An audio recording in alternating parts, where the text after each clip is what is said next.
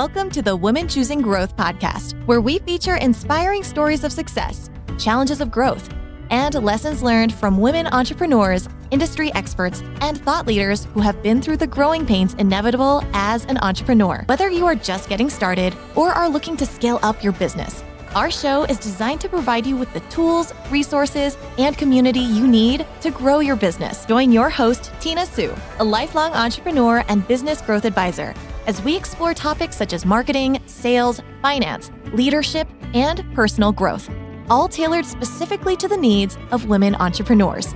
So if you're ready to grow your business faster and smarter, then this podcast is for you.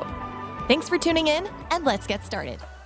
Welcome back, ladies. This is Tina Sue, and I am your host for Women Choosing Growth, the podcast for all things personal and business growth. Today, we have with us an amazing woman, entrepreneur herself. Nada Nasserdeen is an internationally acclaimed thought leader, visionary, and advocate for personal and professional empowerment. She is the founder and CEO of Rise Up For You, a two-time TEDx motivational speaker, and a two-time #1 best-selling author, with her third book almost ready to release here, might even be released by the time this episode is live. And I'm confident that third book probably also a #1 best-selling. With over hundreds of thousands of individuals coached and trained, Nada and her team have inspired countless leaders and their teams to overcome barriers and unlock their full potential. Today, she shares with us the 4 pillars of excellence, which are crucial to not only your success in business, but for a fulfilled life. What she shares with us today and some of the resources that she has given access to for all of our listeners is really about the 4 pillars that can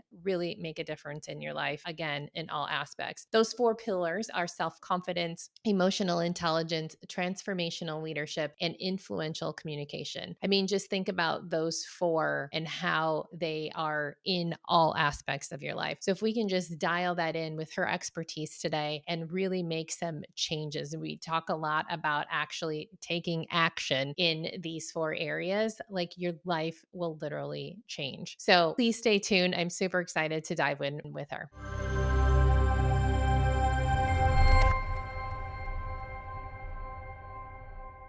Welcome back, ladies. We have with us today Nada, and she is extra special. Besides of the 4 pillars of excellence that she's going to share with us today, Nada, I think you're the first person on our podcast that's actually been on a New York Times billboard. Really? Thank you for having me. Yes. Like that's a next level achievement there. So that had to be quite the experience. Thank you. It was. It's funny because I didn't even know I was going to be on it. Somebody messaged me and was like, "How much did you pay for that?" I was like, "Nothing. I didn't even know I was going to be on the billboard." I got a message. I did a TV show called The Office Hours with a dear friend of mine named David Meltzer. And I was one of the only female co-hosts. And I just got this message that was like, "Hey, you're on the billboard in New York." And they started sending all this stuff. I was like, "Oh my God." So that's a huge achievement. That's cool. That's like literally your name in lights. So congratulations on that. Thank Excited to have you on Thank our you. show. Before we dive into your great knowledge, do you want to give a little background of like what were you doing that even before you got on in the lights of New York City?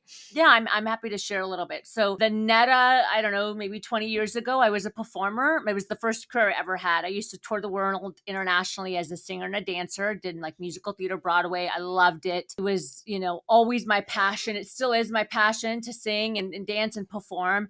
And I realized through the performing arts, some of probably the most critical skills that I teach today, which is soft skills. I realized as a performer that it was much more than just my ability to sing. If I wanted to make a tour that only had 36 seats and there was 500 people in the room, like what was going to help me stand out?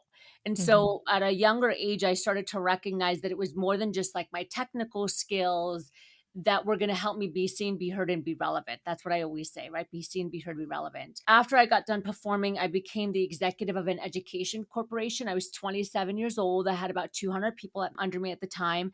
And in the evening, I was a professor for a community college.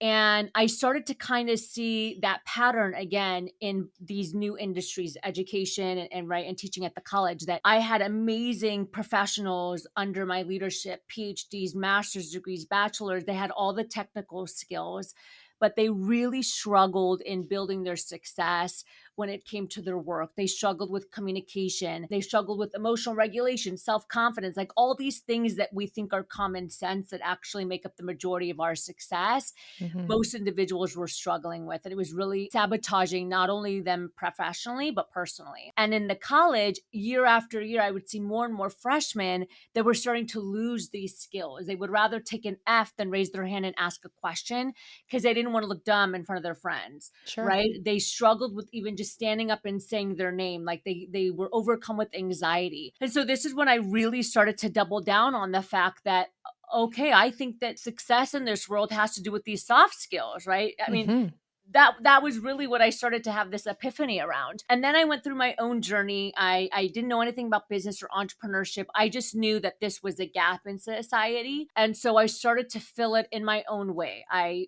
taught a class at the college called Life Skills. I created the class. When I was an executive, I started to learn more about coaching and training and leadership and emotional intelligence. And that was pretty much it. And then from there, life kind of kicked me in the teeth a couple of times, As it does. all in a very short amount of time. I decided to resign from my corporate job as an executive, sold my house, got rid of everything, and I moved out of the country for an opportunity called marriage. And on the first day of our honeymoon, my husband said he wanted a divorce. And so I lost it. Yeah. That's a whole nother episode. That's like a TV series. And I lost everything. So I went from a high performing executive to, $100, to luggage, get back on a plane, completely devastated, crying, didn't know what just happened. My father came to me in my dream. He passed away when I was 27. And he said, Netta, everything you need is already inside of you. You just have to rise up for you. And so if you look at the book behind me, and the company I built was Rise Up For You. So I came back to California and I was like, I don't know anything about building a business. I don't know anything about entrepreneurship, but I have really nothing left. I have no money, no car, no job. My heart is completely broken. What do I have to lose? So let's just see if I can build something. So I started building Rise Up For You. And 4 months later, my second parent, my mom, was diagnosed with stage 4 cancer. And so I built the company out of a hospital. I took showers at the 24 Hour Fitness. I would go back across the street, open up my laptop. How do you build a business? What do people need in the world? Who's Tony Robbins? All those things I knew nothing about. And 11 months later, she passed away. So I was 31 and I was at the lowest point in my life, lost both my parents, just went through like a really shocking divorce, which was more of a vacation, completely stressed, had no money. But I had Rise Up For You. I had Rise Up For You and I had my self-confidence. And you can do a lot when you have a strong meaning for life that's bigger than you and you have self-confidence. There's a lot of great that you can do. And so I started building the company Rise Up For You. Today we're in over 50 countries. I have a team throughout the US and Canada. And we work with everything from Fortune 5 companies on helping their team and their organizations be their best through emotional intelligence and soft skills and leadership, down to the local entrepreneur that's looking to be seen and really get exposure. But the missing piece is that soft skills, is them building relationships and understanding how to influence through their communication. Wow, what a story of resilience and just perseverance right there. Yeah. Thanks. Yeah. Yeah. Yes. Out of some tragedies came great success, as Yes. sometimes it often does. Yes. And I recently just got married to an amazing man. So we're all good there. all my ladies, don't worry. It'll happen. Yeah. Exactly. Well, some of the things that you mentioned in there is revolving around that self-confidence, which I 100% agree is so important. And I know that's one of your pillars. Do you want to start talking about how self-confidence really translates to our women entrepreneurs listening and how that can affect them? Yes, I would love to. So Tina, I know you mentioned earlier, the 4 pillars of excellence. And so essentially, with all of our research and all of our clients, we have found that there's 4 major soft skills or human skills, whatever you prefer to call them, that help you be the top 10%, not only professionally, but personally. And when we say the top 10%, we mean like the top 10% in life. So you build a life where you can have it all. You build an amazing career, you have great romantic life, you have great community, great relationships, great health, mind, body, and soul, right? So I believe that you can have it all as an individual. And if you learn these skills as a person or as an organization, you can really build that. And so the first one of those skills is self-confidence. And it's the most important skill that people think they have, but unfortunately most don't. So when we ask every year, Tina, we ask around 4 to 5,000 professionals what their number one challenge is. 83% say self-confidence. It's crazy. 83%, because there's so much that falls under it. So imposter syndrome, perfectionist mindset, people pleasing, not feeling enough, self-sabotage. All of these things fall under self-confidence, and most individuals are hindering their success because of one or more of those things, Sure. not being able to create healthy boundaries. So even specifically with women entrepreneurs, because we have a lot of them that come our way, because I'm a female entrepreneur, we're women-owned business, this is the number one challenge that we see. I mean, I come across a ton of female executives, a ton of female entrepreneurs that, excuse my language, but they are badasses. Like, they are so good at what they do. Like, they are experts in their field, but they're barely surviving, or they're not able to get traction because they struggle with perfectionist mindset, or they struggle with going into a room and making the ask. And so they're hindering their ability to move forward in their business because of the things that are happening up here in their mind. And if we can make that simple shift, then everything changes for them. We're going to take a short break here because Netta has said something that I want to make sure we capture, in that roughly 85% of people worldwide have low self-confidence. That is one of the pillars that she shares with us during this episode, and it actually is a root in each of the 4 pillars that she is sharing with us today. So I want to make sure that we take the time out to make sure that you check out the show notes and get the resources that Netta is going to share with us today, and check out her website. She works with individuals and works with teams, so there's no excuse not to reach out to Netta and her team and really start improving on these 4 areas of life. If you want more business coaching and or some resources to grow your business in addition to your personal self, like Netta is sharing, please reach out to tina-sue.com, and we have the strategic shift playbook. This is everything that you need to know and work through their actual worksheets and information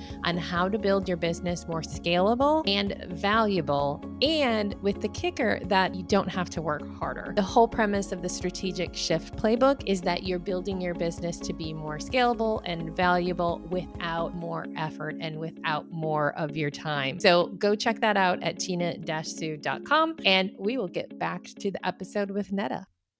So in some of these women and the men too, obviously, that you work with, when this self-confidence kind of rears its head, if you will, it sounds like it can be in several different ways, and Yes. probably sometimes a lot of them at once. What kind of suggestions do you have? Because on the first glance, I would say, oh yeah, I have some self-confidence, but I definitely have the imposter syndrome. Sometimes I don't like to ask for the ask, and things like that. So like, what is the first step to like recognizing this and in trying to improve this? Yeah, well, let me start by kind of breaking down the concept a little bit more. I always say that your beliefs dictate your behaviors. And so if you have a belief system where you don't feel like you're good enough, or that maybe they're going to think a certain way around you, it's going to dictate the way that you behave.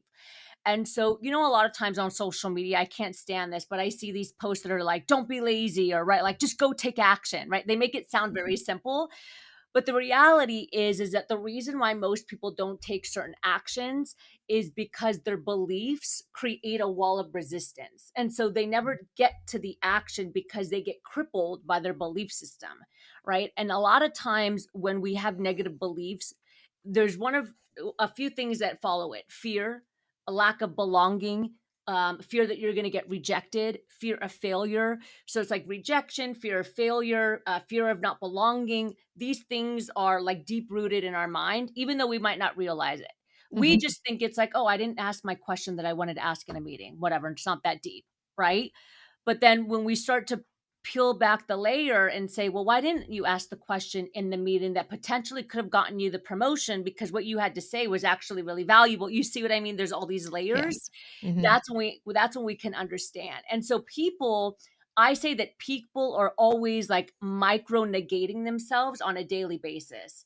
Micro negating themselves, meaning that their belief system is like preventing them from doing these little small things that can actually create massive impact for their career.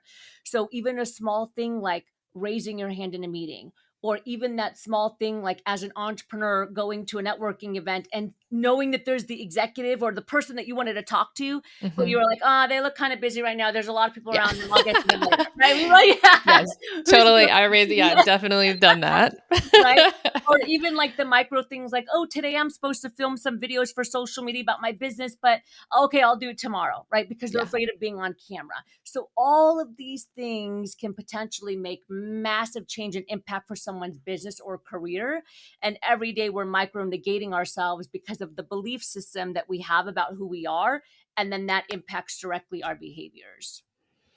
That sounds like almost death by 1,000 cuts that we aren't even aware of.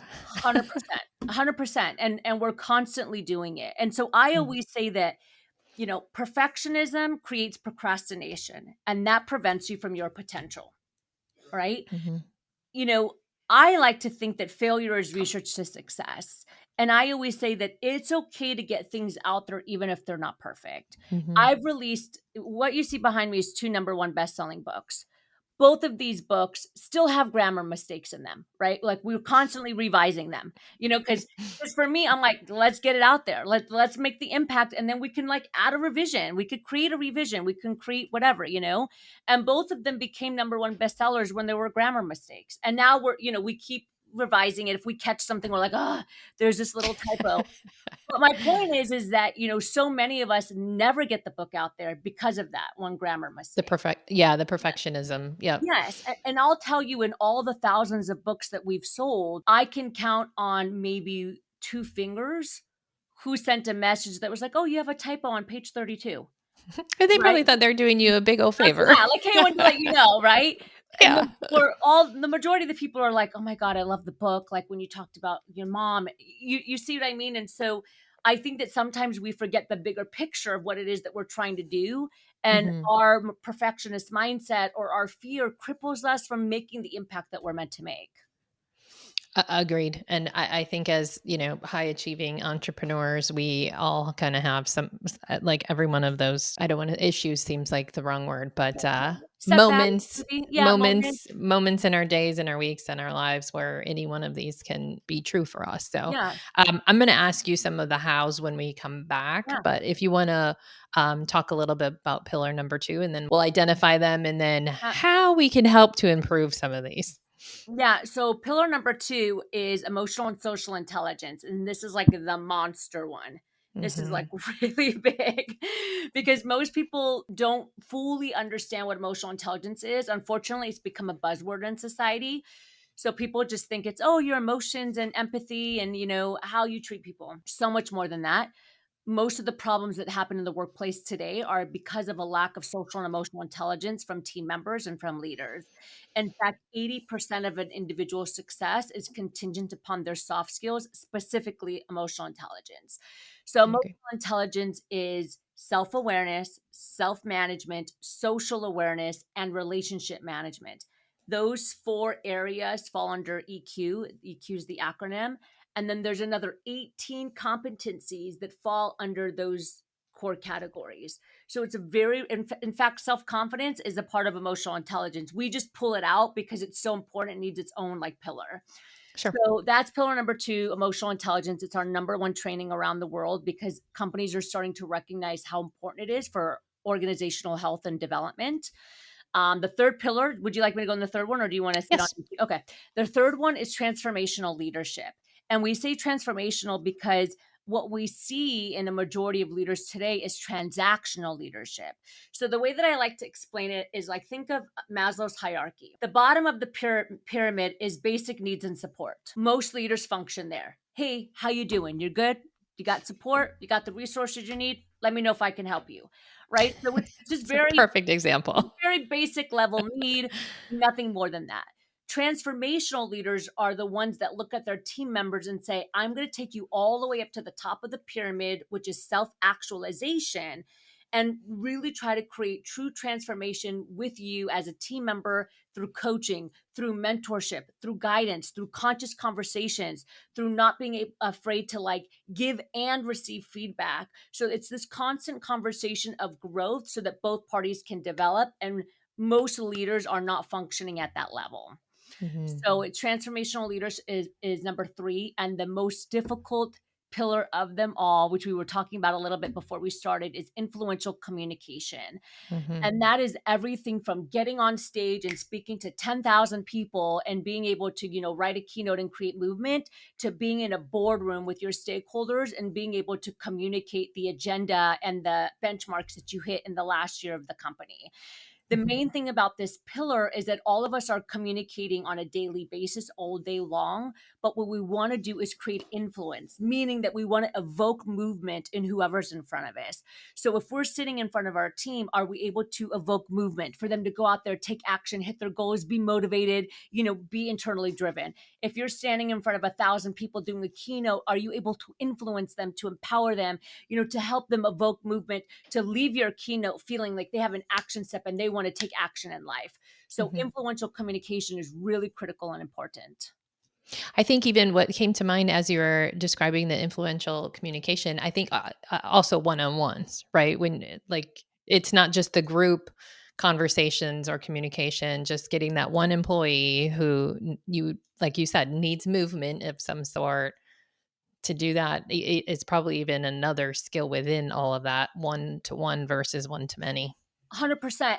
And in fact, I would say that everything we do in regards to communication has an outcome. We just don't think of it that way.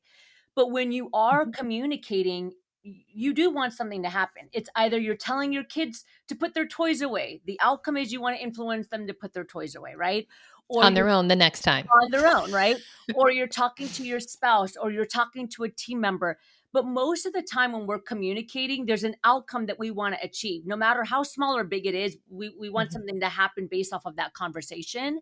And so being able to create influence, you're absolutely right, Tina, all the way from like a one-to-one level to a one-to-many, that's the game changer in somebody's career and leadership.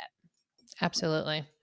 So there's a lot to unpack, which is why you are so successful and have worked with hundreds of thousands of businesses and organizations and individuals. So I know we can't cover all of the how-tos in this, but I would love if we could go back to each pillar and just some of the things that our listeners could be mindful of and then maybe take action on themselves. Okay. I'm going to give some general things that I think will help set you up for success across all 4 pillars. Even better. The first one is that in order to create any kind of change, you have to know what to change. 95% of leaders think they're self-aware, only 10% actually are. And so if we want to have growth, no matter what pillar, self-confidence, EQ, leadership, or influential communication, we have to know where to start. Like, what should I focus on? So the best way to start that is to take a self-assessment, and you can find it on our website. It's free, riseupforyou.com. There's free assessments there. I have the link in the show notes. Thank you. Take your assessment for yourself, and then take that same assessment and give it to 5 to 7 people that you trust to take it for you. So they're going to take it on you, not on themselves. Then you're going to take those scores and you're going to line them up, and you're going to see how close they are to each other. So for example, if you give yourself a 10 in self-confidence and your 5 to 7 peers or friends give you a 3, there's a gap there, right? There's like your assessment of yourself is not accurate. But when you do that assessment, and it has to be 360, meaning it can't just be the self. Because remember, 95% of us think we're aware. So I remember one time I had a friend, he took an emotional intelligence assessment. He was like, I got a 98% on my assessment. Of course he did. And I looked at him and I said, "Who took the assessment?" He said, "I did." I said, "Did you give it to anyone?" He's like, "No." I started laughing so hard. I was like, "Do me a favor, take that assessment, give it to 5 people, and then come and tell me your score." So we gotta send it out to people so that we truly know what to work on. Like, so for Mhm. example, I practice everything that we talk about. I don't practice my self-confidence because it's a very strong pillar for me. Self-confidence is a strength for me. When I ask my team and they assess me, it's always like a 9.5 or a 10. It's at the top. I also give myself like a 9 or a 9.5. So that's not an area where I feel like I need to pour my energy into, right? Sure. Because it's Mhm. it's serving me, it's not sabotaging me. But one area that I struggle with, that I have to be very intentional and I have to keep practicing, is empathy.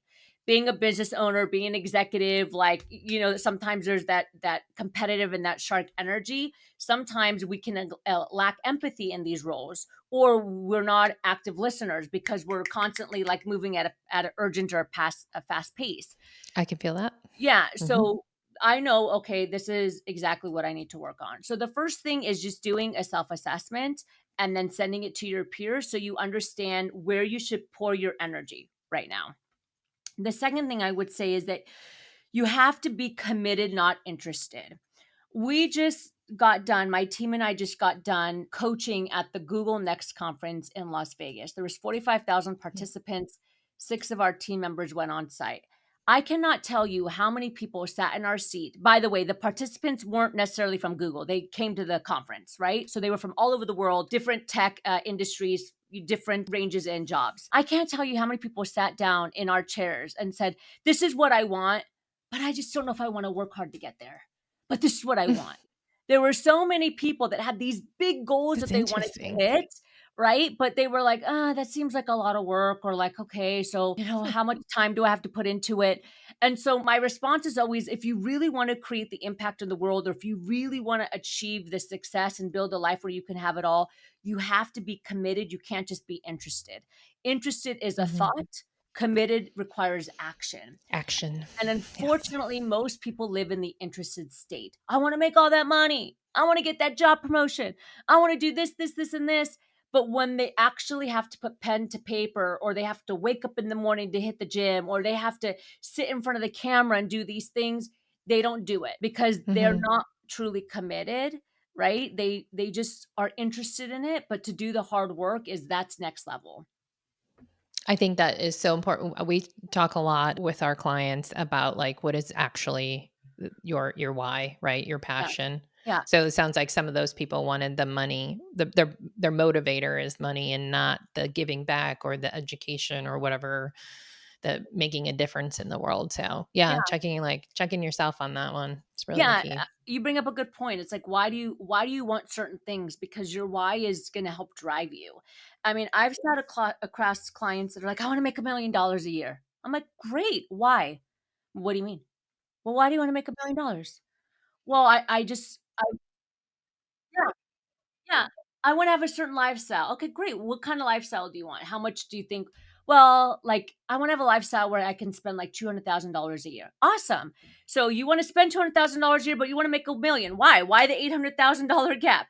I don't know.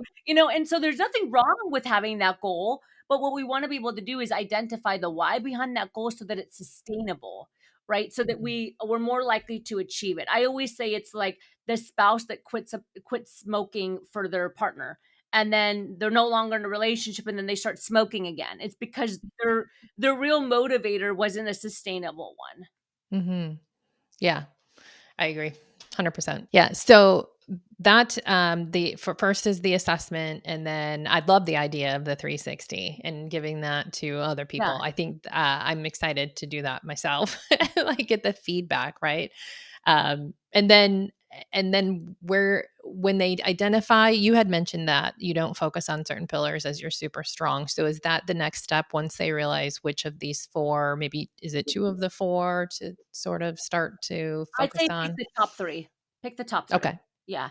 Pick the top 3 that you feel are critical to your success right now, right? The Mhm. things that you're like, okay, so for example, let's say you're an entrepreneur and you're building your business.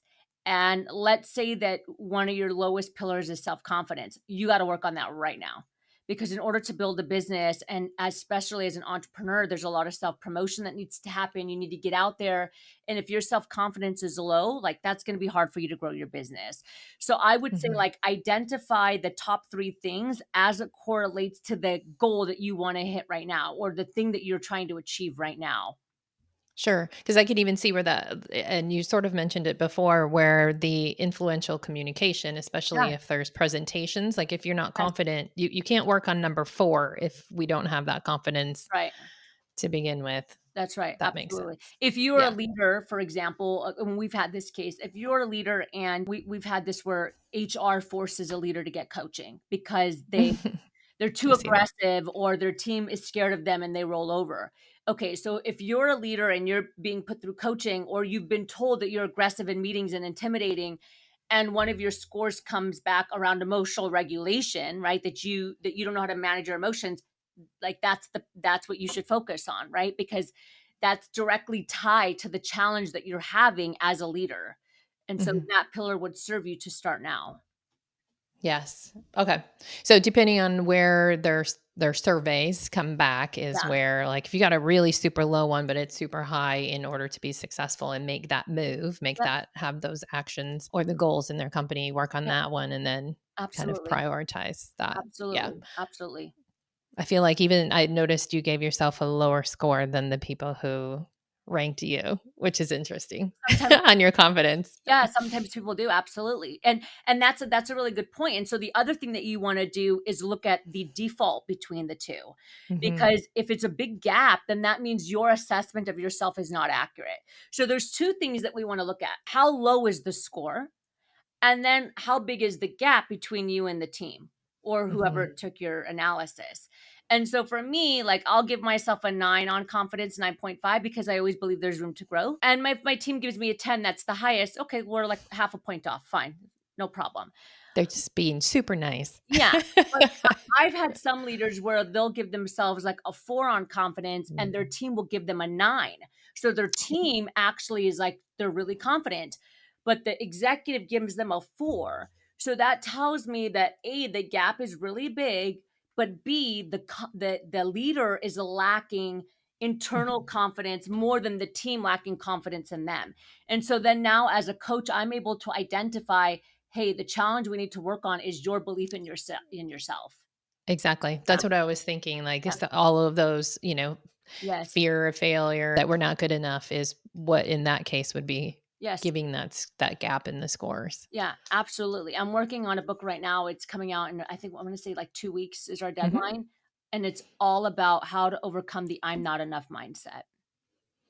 I think that has come up in probably 4 out of 5 episodes of Yeah. different guests that we've had on here of Yeah. it, it's a real It's a real problem. challenge. Yeah, It's a real problem. absolutely. Absolutely. So those are Yeah. the first couple of steps is, taking the assessment, giving it to peers to analyze, and then you taking a look at it and identifying the first 3. Then that second step is, just really deciding like, am I going to commit to this, or am I just going to kind of have an interest around it? I mean, only 3% of the population ever achieve their goals. It's not because they don't have the skills to, it's but because they don't commit and then they don't create an action plan that's sustainable, that's going to support them. I love that. Can we talk a little bit more about that? Because I think leadership is, especially when you have a team and you're growing, right?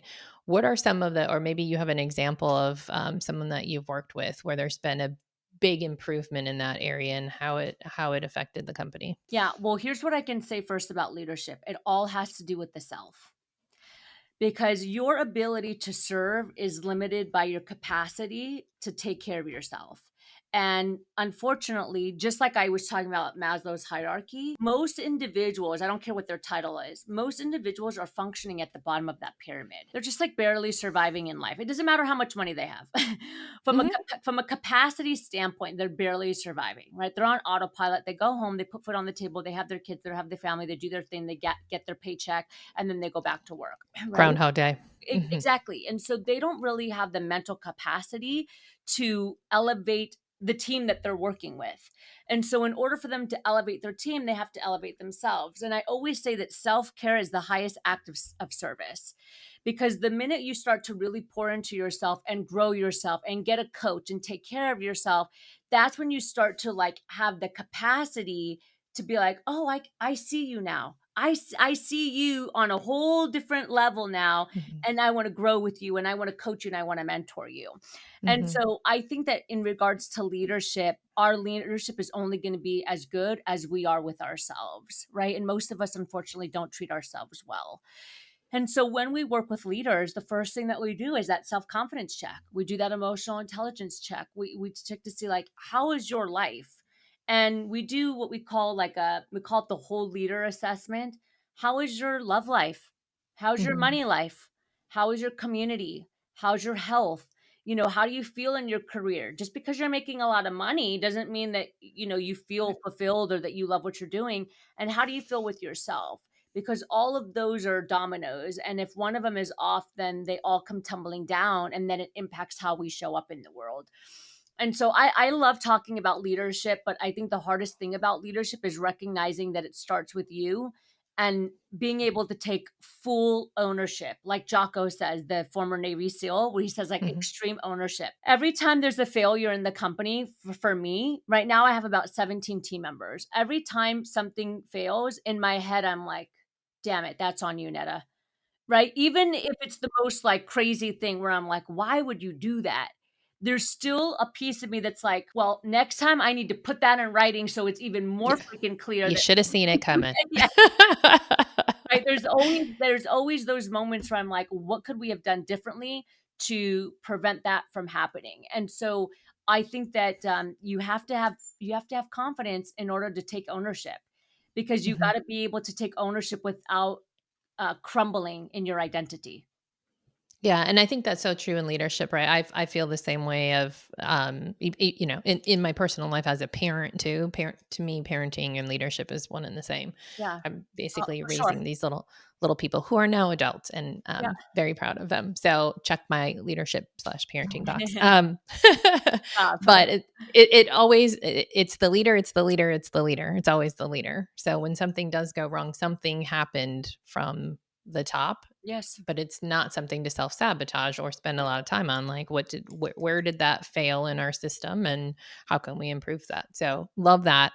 Also, that reminded when you're saying you're looking at all the holistic basically of a Yeah. leader, that reminds me of, what is it, the spider chart, like where you're doing the 0 to 10 on a That's how we wheel. do it. That's how we do it too. Okay, I think there's a I number think, of, is it called the spider chart? Like, I know I'm visualizing I it, don't but know. there's got a couple different There's all names. different names. I know Tony Robbins has a version of it too. We have our version that's based off of 6 areas.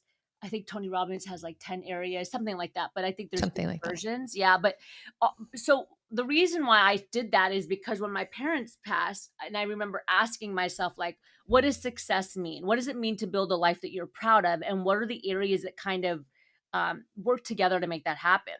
And so Mhm. I started to research the happiest countries in the world. I'm like, Hmm. which countries have the happiest people and why? And I found out that the last like 7 years, the Scandinavian countries are in those top 5 spots consistently. So I packed my bags and I went to Scandinavia for 3 weeks. I kid you not. And I went to Talk Denmark. about action. Like, let's make a moment about this. This lady is all about action.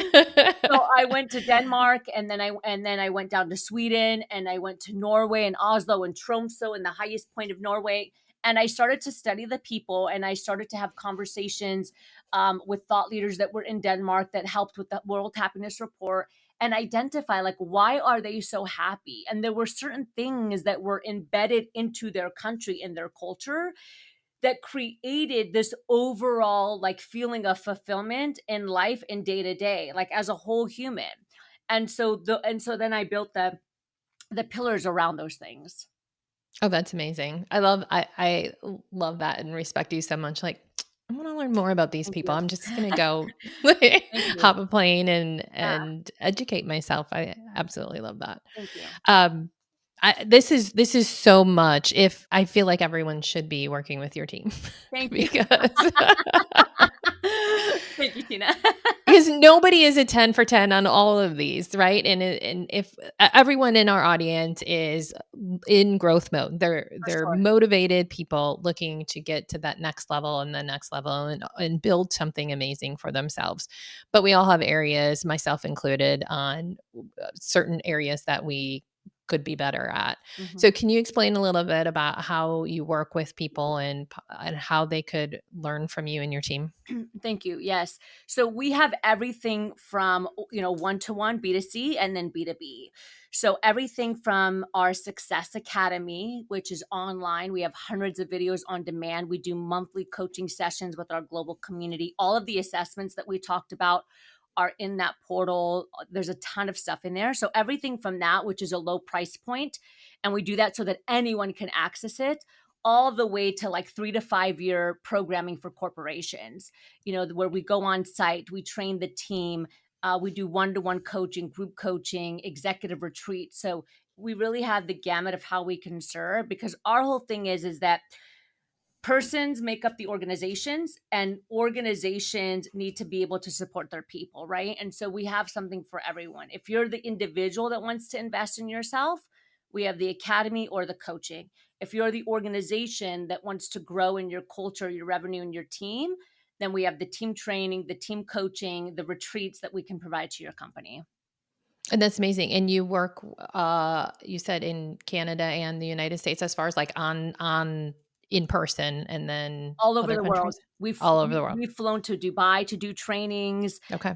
We fly all throughout America, throughout Canada. Yeah. So honestly, most companies, even today, still, I would say about 65% of them want to do Zoom because their team is global.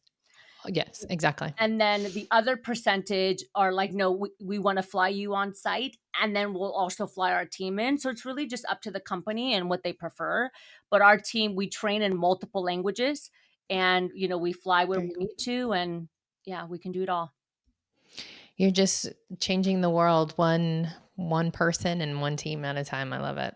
Thank you. Well, it's bigger than me, and I think that's why when I started the company, and my father gave me the name Rise Up For You, it was so perfect, because I was like, Hmm. yeah, like that's a very inclusive name, and the mission is bigger than like Nada Nasserdeen. I didn't want to be, not a knock to anybody that's named a company after themselves, like more power to you, but I didn't want the company to be tied under my name.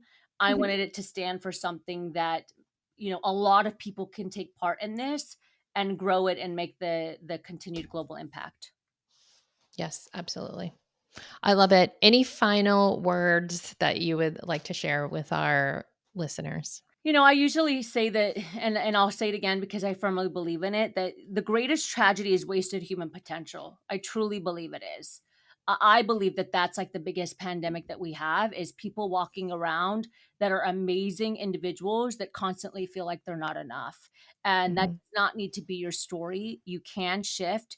You can elevate yourself. You can push yourself, but you're gonna have to want it and truly want it. And so don't be a part of that tragedy. Make that change today, even if it's one action step that you learn from this podcast, even if it's going to the website and just like taking the assessment that's free. Do something that's going to get you closer to pushing yourself to that next level. Hmm. I love it. Take action. Well, Neda, thank you so much. This was so great. And I will put all of the contact information so people can reach out to you and get Thank some you. of those free resources, and then also check out some of the other resources that you mentioned in the show Awesome. notes. Thank you, Tina.